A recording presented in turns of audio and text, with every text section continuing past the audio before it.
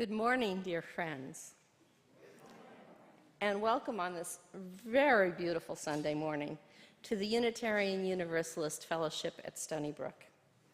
Welcome to those of you who are here in our sanctuary this morning, and welcome those who are watching at home.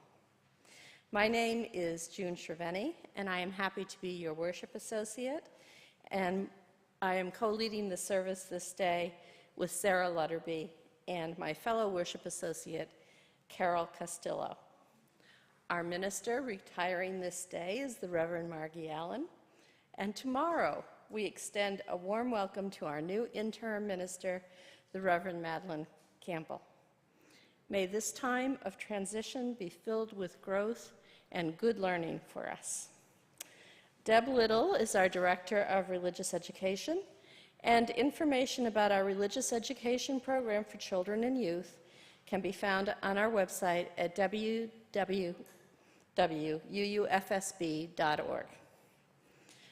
Our summer tradition of services by lay members of our congregation continues this morning as Sara Lutterbie shares thoughts and stories from two books that have inspired her, That Distant Land by Wendell and The Shepherd's Life by James Rebanks.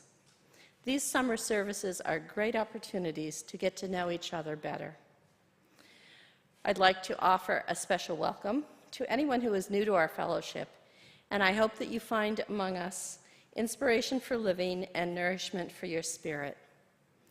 Unitarian Universalism as a living tradition has two commitments: to freedom of belief and an orientation toward inclusion, interdependence, and justice. You can find additional information about the values and principles we strive to live by on our webpage at UUFSB.org. If you're attending the service virtually this morning, please watch the chat for the order of service and a few important links during the service, especially the visitors form and the feedback form, because we would love to hear from you. And join us after the service for coffee and conversation. For those of you who are online, if you sign off after the service and return to the website, you will find there the link for joining our small group chats. And whether you are here or online, you will find some friendly folks who can answer any questions you may have. There's also a link to a form that we hope you will complete so we can send you our weekly newsletters and you can see all of the things that we have going on here. For those attending online, the link for today's order of service is posted in the chat right now, and also it is on our website. I have one announcement this morning. The Long Island Area Council, that's LIAC, is sponsoring a virtual workshop with Paula Cole-Jones on the 8th principle, Building a Culture of Inclusion. It will be held on September 17th from 10:30 to 2 p.m., and it's via Zoom, so it is in your comfortable home location. Registration is open to all and begins tomorrow, August 15th. The cost is $50, but LIAC is offering a 50% scholarship to members of Long Island congregations, and this is thus a great opportunity for all of us to learn more about how we can live into the 8th principle, and at a discount price. All members are invited and encouraged to attend. Let us enter into the sacred space and time of worship with the sounding of the morning bell. May the hearers awaken from forgetfulness and transcend all anxiety and sorrow.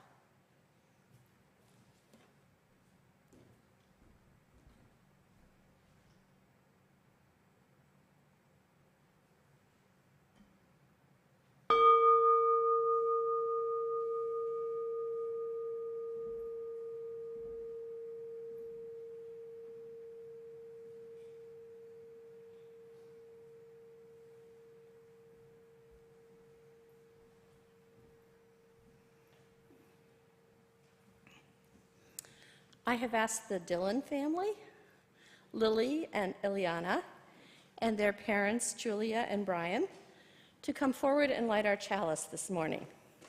And if you are attending the service virtually, I invite you to light a candle or a chalice at your home as we light ours here.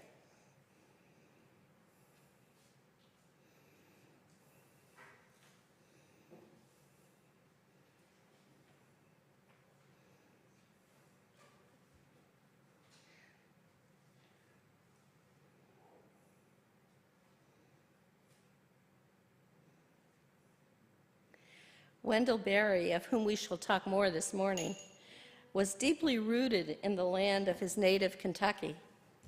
And so too was his fellow Kentuckian, Bell Hooks. I share these words by Bell Hooks this morning.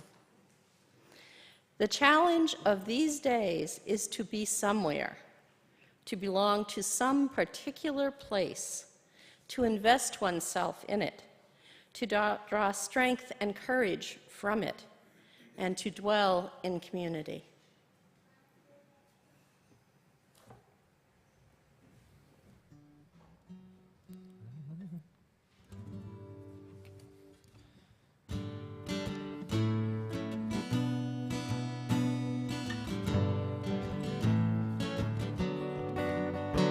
I was born on the land like my father before me, and I worked on it year after year. Through all kinds of weather in summer and winter, right or wrong, we persevered. And I'll always remember the feel of the soil in the spring when we broke the first ground, and the smell of the hay in the barn in the fall brings my childhood years back around. But all that is lost now, it's locked up in memory, and I wonder, can you understand? When your life is torn up by the roots and discarded, all you've left is the love of the land. All you've left is the love of the land.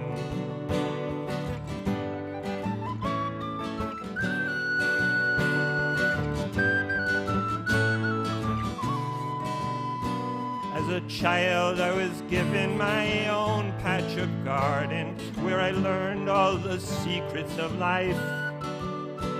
I'd wander the land in the cool of the evening in search of adventures I'd ride.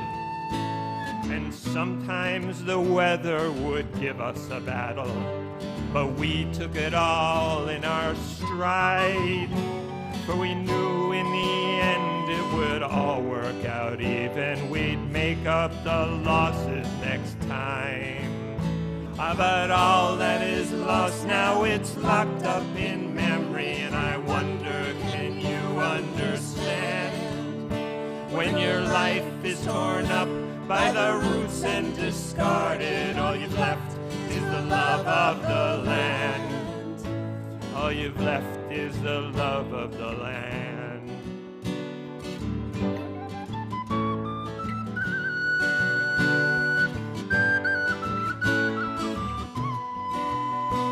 But somewhere the big wheels, they slowly were grinding, pushed on by the power of greed. And little by little they ground us all under, destroying both flower and seed.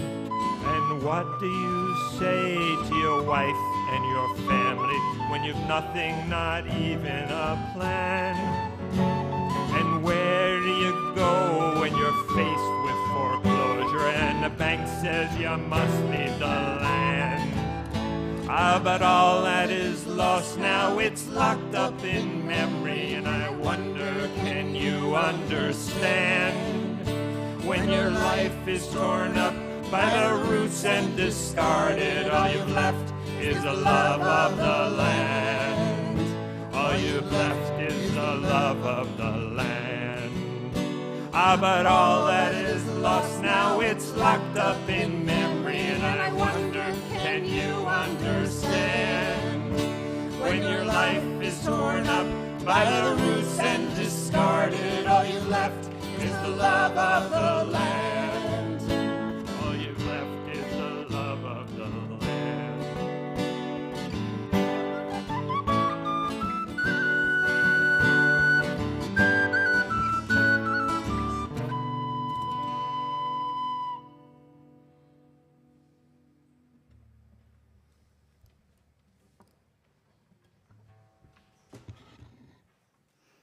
Thank you so much. On this morning, when we contemplate the deep relationship of people to the land they inhabit and care for, we take a moment to acknowledge the truth about the land we stand on here in our fellowship home. The congregation of the Unitarian Universalist Fellowship at Stony Brook honors the indigenous people whose traditional and ancestral land included the acres that we claim as ours today. We recognize the Sitalkat people from whom this territory was stolen incrementally through grossly inequitable, opaque, and duplicitous exchanges between 1655 and 1662. Their descendants live on today as members of the Sitalkat Nation. Among them are neighbors residing at Setauket's Bethel Christian Avenue, Laurel Hill Historic District. We acknowledge the ancestors and survivors of this place, and we realize that we are here because of the sacrifices forced on them.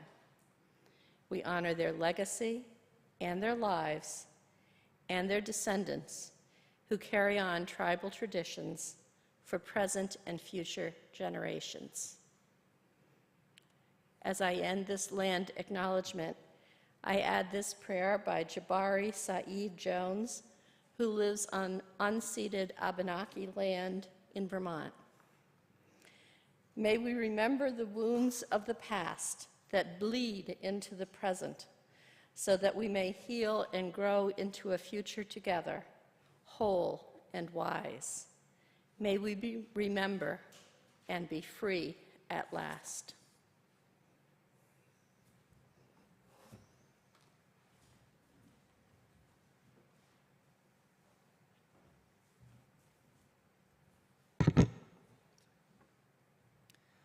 The opening words this morning are from the book, The Shepherd's Life, written by James Rebanks.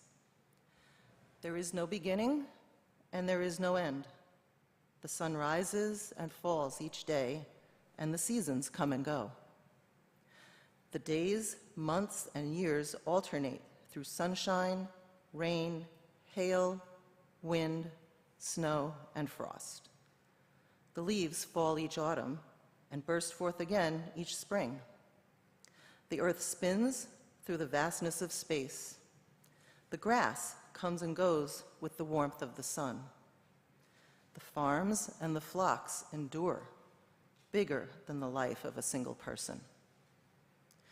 We are born, live our working lives, and die, passing like the oak leaves that blow across our land in the winter. We are each tiny parts of something enduring, something that feels real, solid, and true. Our farming way of life has roots deeper than 5,000 years into the soil of this landscape. Please stand in body or in spirit and join in our opening hymn, number 94, What is This Life?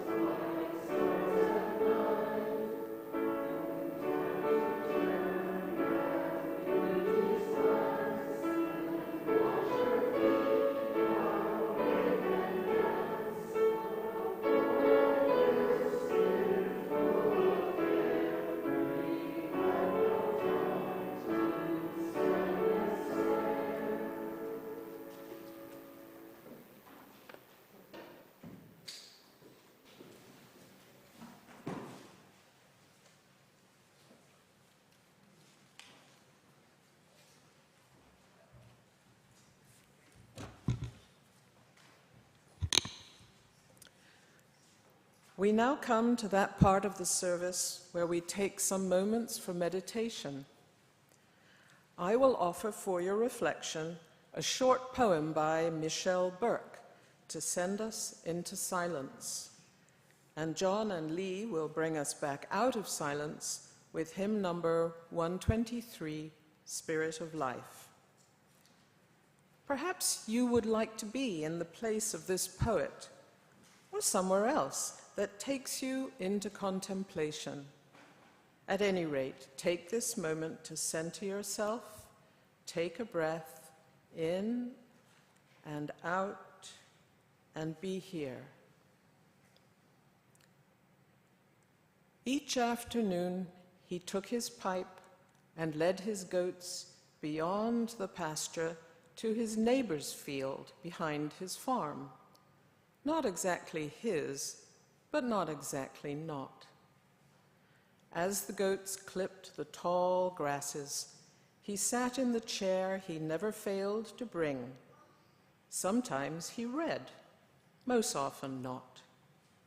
The vetch climbed the goldenrod, the dandelions turned from gold to globe, and every day he went, thinking to himself how good it was to be almost, but not entirely, alone.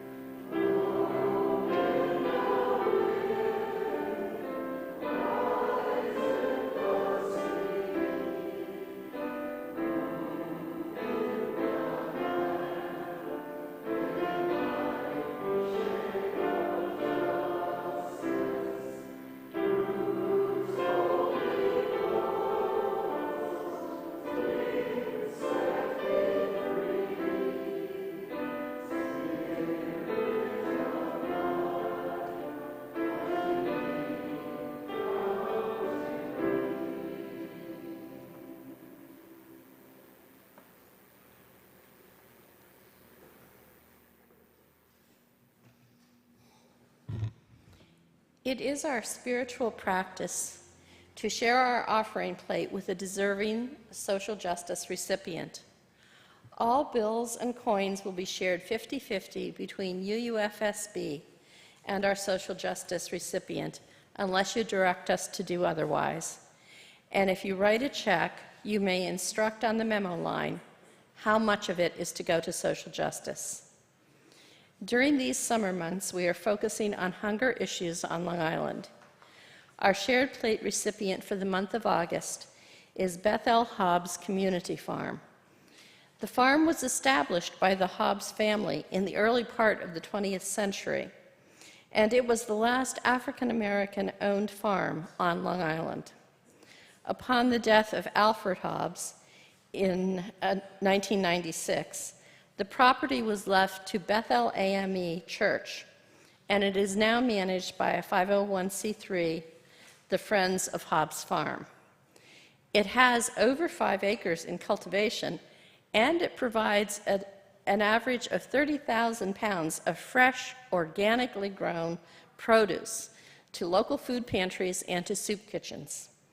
They also have an education center, which hosts events for small groups, a community garden with garden plots for individuals, and a wheelchair-accessible garden with raised beds. They have a farm stand, which is open on Saturdays and we can go to from 10 to 3. And they also offer shares as a community-supported agriculture farm. It is not too late to participate in a fall CSA share. Please offer your generous support to Bethel Hobbs Community Farm because they are planting in our land seeds of hope. Our offertory music this morning is a hymn in the Southern Appalachian musical tradition. Bright morning stars are rising. Bright morning stars are rising. Bright morning stars are rising. Day is a-breaking in my soul. Oh, where are our dear mothers? Oh, where are our dear mothers? Oh, where are our dear mothers? Day is a-breaking in my soul. They are sowing seeds of gladness. They are sowing seeds of gladness. They are sowing seeds of gladness. Day is a-breaking in my soul. Oh, where are our dear fathers?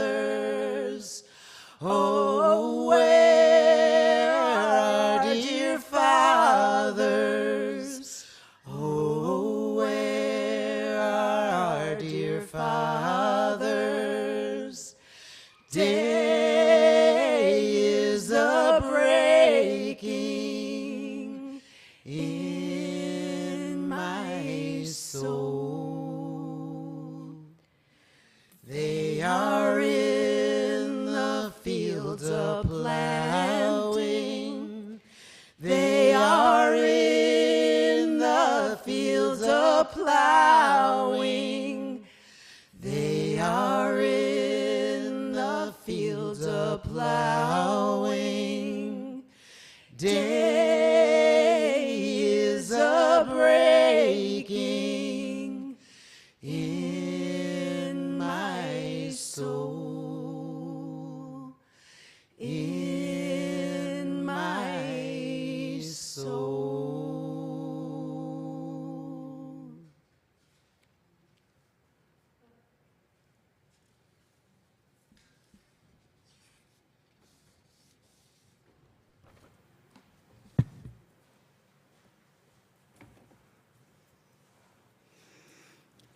Our speaker this morning is Sara Lutterbie, longtime member of the fellowship, former president of the Board of Trustees, member of the Racial Concerns Committee and the 8th Principal Task Force.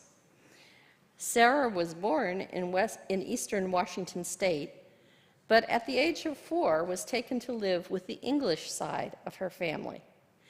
She went to high school in Oxford, and possibly as a result, she did not go on to university.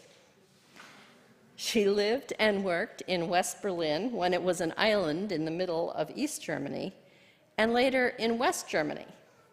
So now she can speak German quite well, but cannot write it at all. She returned to the US in 1976 and worked in the administration of the Seattle Repertory Theater, where she met John. They moved to Long Island with their 2 children when John accepted a job offer from Stony Brook University, and where Sara finally earned her BA in English literature. She is now very happily retired after working for many years in the physics department at Stony Brook.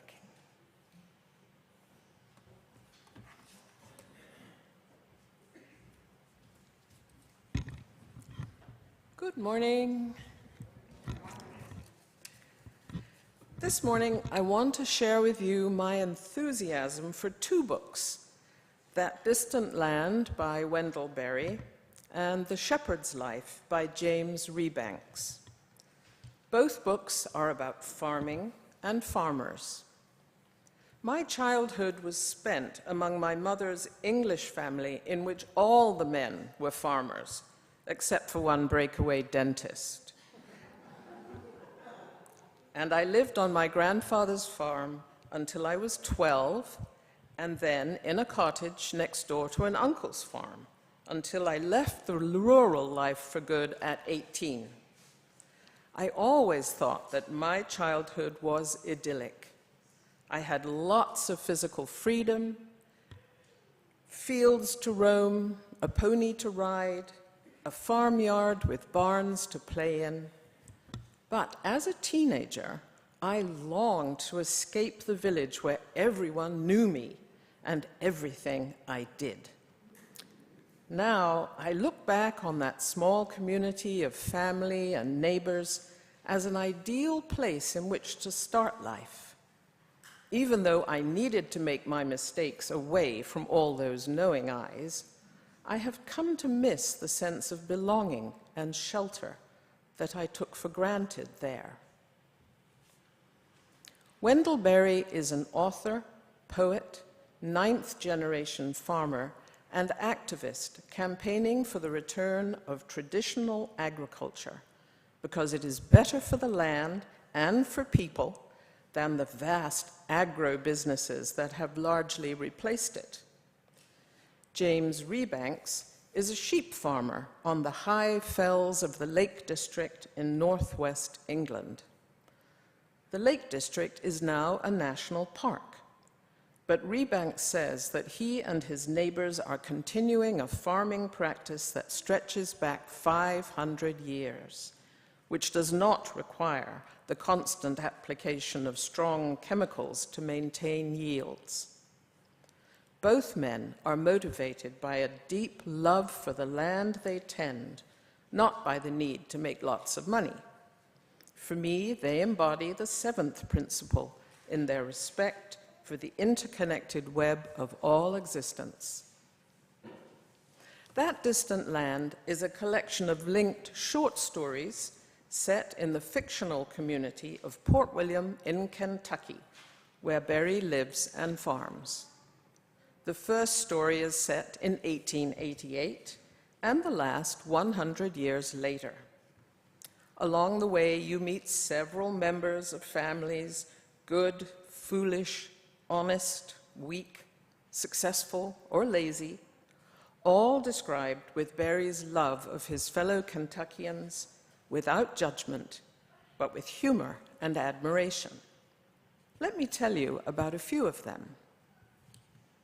It would not be putting it too strongly to say that I fell in love first with tall Proudfoot, whose work was farming, his study and passion were farming, his pleasures and his social life occurred in the intervals between farm jobs and in the jobs themselves. The Proudfoots were a large, exuberant clan of large people. They were not, if they could help it, solitary workers. They swapped work among themselves and with their neighbors, and their workdays involved a mighty dinner at noontime, much talk and laughter, and much incidental sport. Despite usually winning the impromptu family wrestling matches and being renowned for his strength, Toll humbly and quietly had very tender feelings for Miss Minnie, the schoolteacher. Toll admired her from a distance and without ever looking directly at her, when she might have been about to look directly at him. Miss Minnie did, from time to time, look directly at Toll, but never when he might have been about to look directly at her. The story of their courtship and married life completely enchanted me. They worked hard and lived simply, but very contentedly, except for being childless, so their story eventually ends, although I was somewhat cheered to read that there were a lot of other Proudfoots around and about. A story set in 1945 tells of the homecoming from World War II of Arthur Rowanberry. He gets off the bus much sooner than necessary, so he can walk the last miles through the country he knows so well. He walks like the first man to discover upright posture, like a man who had been taught to march, and he wore a uniform. But whatever was military in his walk was an overlay, like the uniform, for he had been a man long before he had been a soldier, and a farmer long before he had been a man. He came from killing. He had felt the ground shaken by men and what they did. Where he was coming from, they thought about killing day after day and did it. But now he was free. He had not been out in the country or alone in a long time. And now that he had the open countryside around him again and was alone, he felt the expectations of other people fall away from him like a shed skin, and he came into himself. He finally arrives at the edge of a field where his father and brother are plowing, as he knew they would be at that time of year. When his father sees his son, he says, "Well now." And, this being 1945, they shake hands, although Arthur can see tears in his father's eyes. It is 1965, and Matt Feldman is an old man. He no longer goes out into the fields, but makes the barn his business, and it is cleaner and in better order than it has been for years. Matt's son was killed in the war, but he knows that his neighbor Elton and Nathan, who married Matt's son's widow, will take care of all the field work. Matt takes care of the garden, although he has to rest often these days because he has not been feeling well. After dinner, instead of his usual nap, he goes to check on a boundary fence beside one of the streams that tumbles down a cleft in the hills. It is years since he has walked that fence, and he can think of at least 5 places where the stream in winter might have torn out the wire. It is quite possible that Nathan will have already taken care of it, but Nathan is very busy, and Matt is stubbornly ignoring his own better judgment. He starts out filled with determination. He is out on his land, walking the place that has been his life, and how happily and lightly now he walks out again into it. He is feeling good. There has been plenty of rain, and the year is full of promise. He thinks of all the men he knows who will be out on their land, and that later in the day they will be on his farm baling the hay. After crossing 2 fields, he is soon walking steeply downhill among trees. He sits down to rest against an old white oak. In body now, he is an old man, but mind and eye look out of his old body into the shifting leafy lights and shadows with a recognition that is without age, the return of an ageless joy. Eventually, he reaches the stream and soon finds that Nathan has indeed been there and repaired the fence. But instead of turning to go home, he continues down the path that he knows Nathan will have followed as he worked his way down the fence making repairs. He remembers making the same journey with his father and later with his son. Nothing has changed, except that his father and son are both dead, and he is an old man. Eventually, he decides it is time to begin the return journey. It was hard coming down, and it will be harder going back up. He remembers struggling hot and tired up this same path as a young boy with his father. Now he sits down to rest and then lies down to drink, looking down into a tiny pool cupped among tree roots, surrounded by stone crop and moss. I am blessed, he thinks. I could stay here. He fights the urge to sleep and struggles to his feet. On the other side of the stream, he sees his father and son. They recognize him, although he is much older now than when they knew him, older than either of them ever lived to be. Finally, he comes out into the open field and sees his neighbor, Wheeler, with Elton and Nathan, taking their usual drive to look around and see how the cattle and fields are doing. They reach him just in time to stop him falling to the ground. He feels himself caught strongly, steadied, and held. He hears himself say, "Papa?" It is 1967, and Elton Penn is cutting tobacco with his neighbors. As a team, they work on whoever's crop is ready, moving from farm to farm. They have been doing this for 3 weeks already, and it is hot and exhausting work.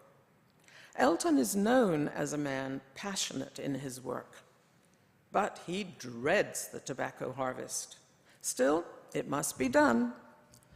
Today they are cutting on Mart Rowanberry's farm, and Mart shows Elton the section he should start on and tells him that there is a patch of little watermelons at the far end, perfectly ripe and sweet as sugar. "Whatever you do, don't eat any of them," he says.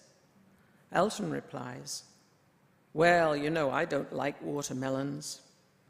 This, it turns out, is a deadpan, mutually understood joke.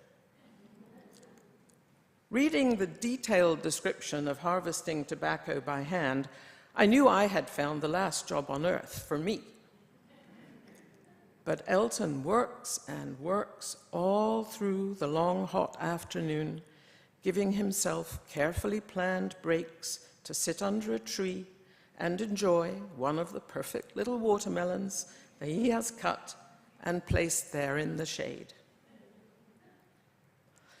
By the time he has finished harvesting for the day, the 6 watermelons he cut are gone. When the tobacco harvest was over, and they would separate to work alone or in pairs again on their own farms, he would sow the bared ground in wheat, and then he would gather his corn. He looked forward to that, the sight of the yellow ears compact and deep within the crib. With the barns full of hay and corn in the crib, he would feel relief, his responsibility to his animals fulfilled. They would make it through to spring. As the days shortened and the nights grew, the last of the garden would come in.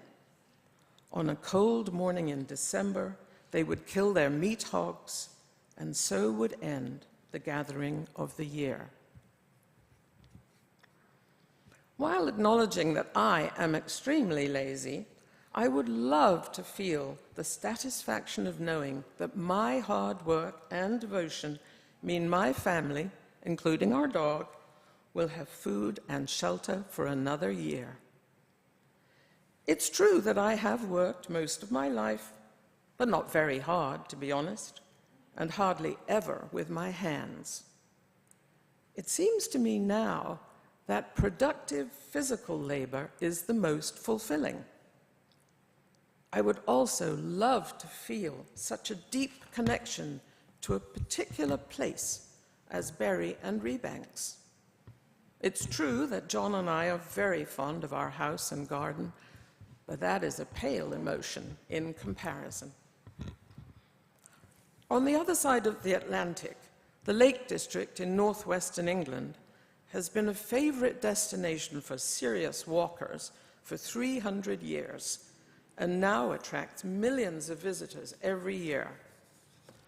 William Wordsworth wrote that the community of shepherds and small farmers of the Lake District formed a political and social ideal, free of the aristocratic elites that dominated people's lives elsewhere, and in Wordsworth's eyes, provided a model for a good society.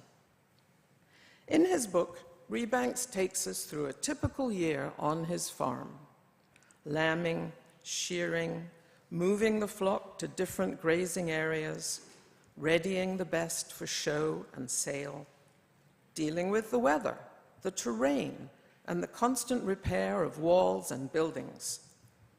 But the beautiful, rugged landscape is his home.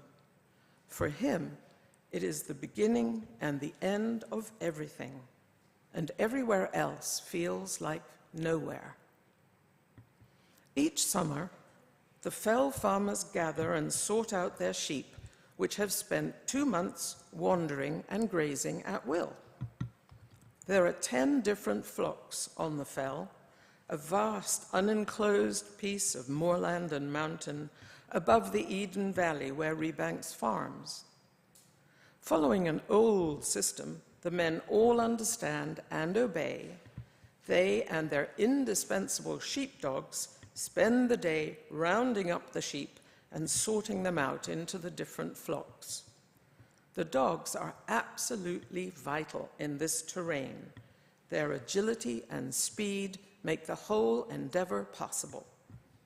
A good dog is worth its weight in gold and is the source of much pride. Rebanks learned from his grandfather, who, like some of the crusty and quirky old men in Berry's fictional stories, spent his whole life on the farm and regarded the tourists that swarmed past on the sunny days as minor irritants, like ants. He found leisure a strange, modern, and troubling concept. So he suffered tourists, but found them incomprehensible. He didn't understand that they had another perception of ownership of the Lake District.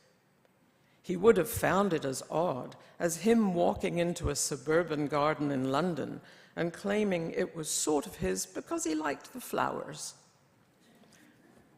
He had traveled to an agricultural fair in Paris once. He knew what cities had to offer, but also had a sense that they would leave you uprooted, anonymous, and pushed about by the world, rather than having some freedom and control. The potential wealth on offer counted for little or nothing, set against the sense of belonging and purpose that existed at home. It is that sense of belonging and purpose that I feel many people miss entirely in our largely urban and highly mobile society. True, there are people who love New York City deeply and cannot imagine living anywhere else. But how well, I wonder, do they know their neighbors? Are they part of a close-knit community that can be counted on to help if needed, or to step in to help without needing to be called? Berry and Rebanks know that kind of life. And it is thanks to people like them who understand the value of the old ways and have helped spread the word that we almost all live now within reach of a farmer's market where we can buy food that has been grown locally, cutting out the big middlemen, the corporations, who do not have our best interests or those of the land at heart. But it is the sense of belonging to a deeply rooted community that I miss, and the fellowship comes closest to providing, as I suspect it does for a lot of us. So how can we help to create and strengthen the beloved community of our dreams? By investing more fully in the life of this congregation, making it more than something I do on Sunday mornings.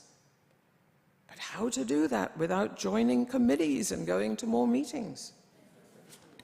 There must be a way, and I suspect it has to do with acknowledging that we need each other and being available to each other, by dropping a layer of guardedness and protectiveness and being more open to other people, especially people who do not look like us, by saying, "Hello, how are you?" and really meaning it. Amen.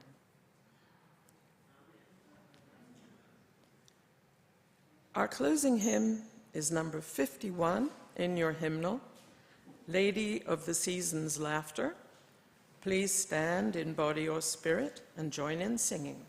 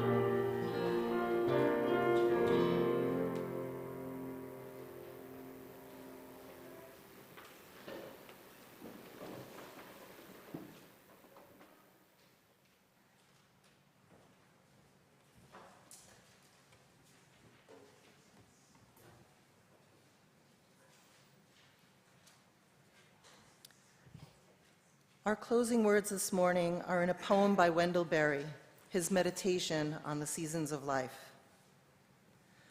The grower of trees, the gardener, the man born to farming, whose hands reach into the ground and sprout to him the soil is a divine drug. He enters into death yearly and comes back rejoicing. He has seen the light lie down in the dung heap and rise again in the corn. His thought passes along the row ends like a mole. What miraculous seed has he swallowed that the unending sentence of his love flows out of his mouth like a vine clinging to the sunlight and like water descending in the dark?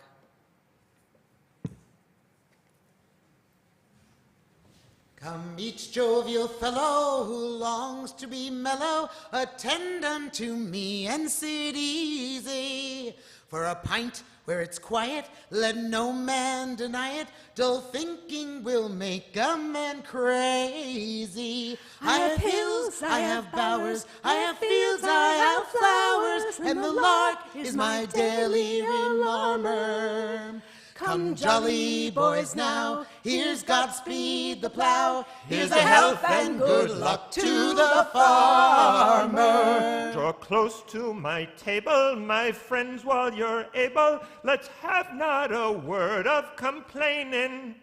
For the jingling of glasses, all music surpasses. I long to see bottles a-draining. For here I am king, I can drink, laugh, and sing. Let no man appear as a stranger. But give me the ass who refuses his glass, and I'll offer him hay in a manger. I have hills, I have bowers, I have fields, I have flowers, and the lark is my daily alarmer. Come jolly boys now, here's Godspeed the plow, here's a health and good luck to the farmer. Let the wealthy and great roam in splendor and state. I envy them not, I declare it. I raise my own lamb, my own chicken and ham, and I shear my own fleece and I wear it. By plowing and sowing, by reaping and mowing, kind nature supplies me with plenty. I've a cellar well stored and a plentiful board, and my cupboard affords every dainty. I have hills, I have bowers, I have fields, I have flowers, and the lark is my daily alarmer.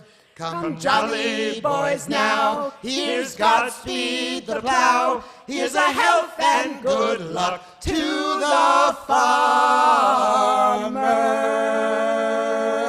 You!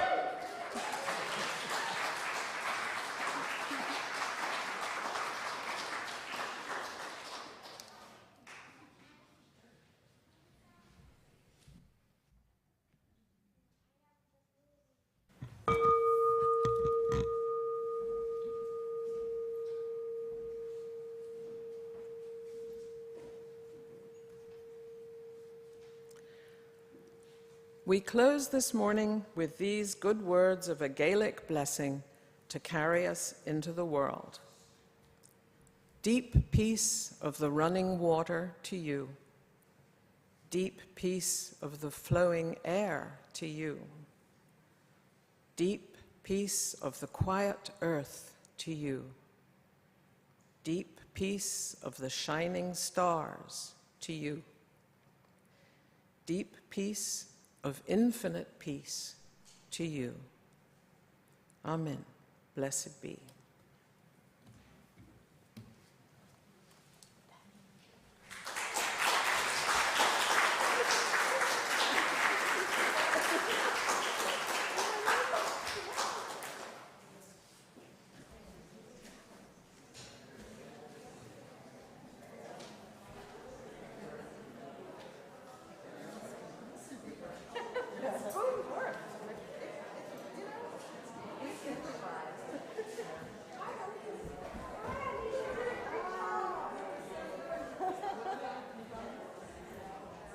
Sara, do you want your water?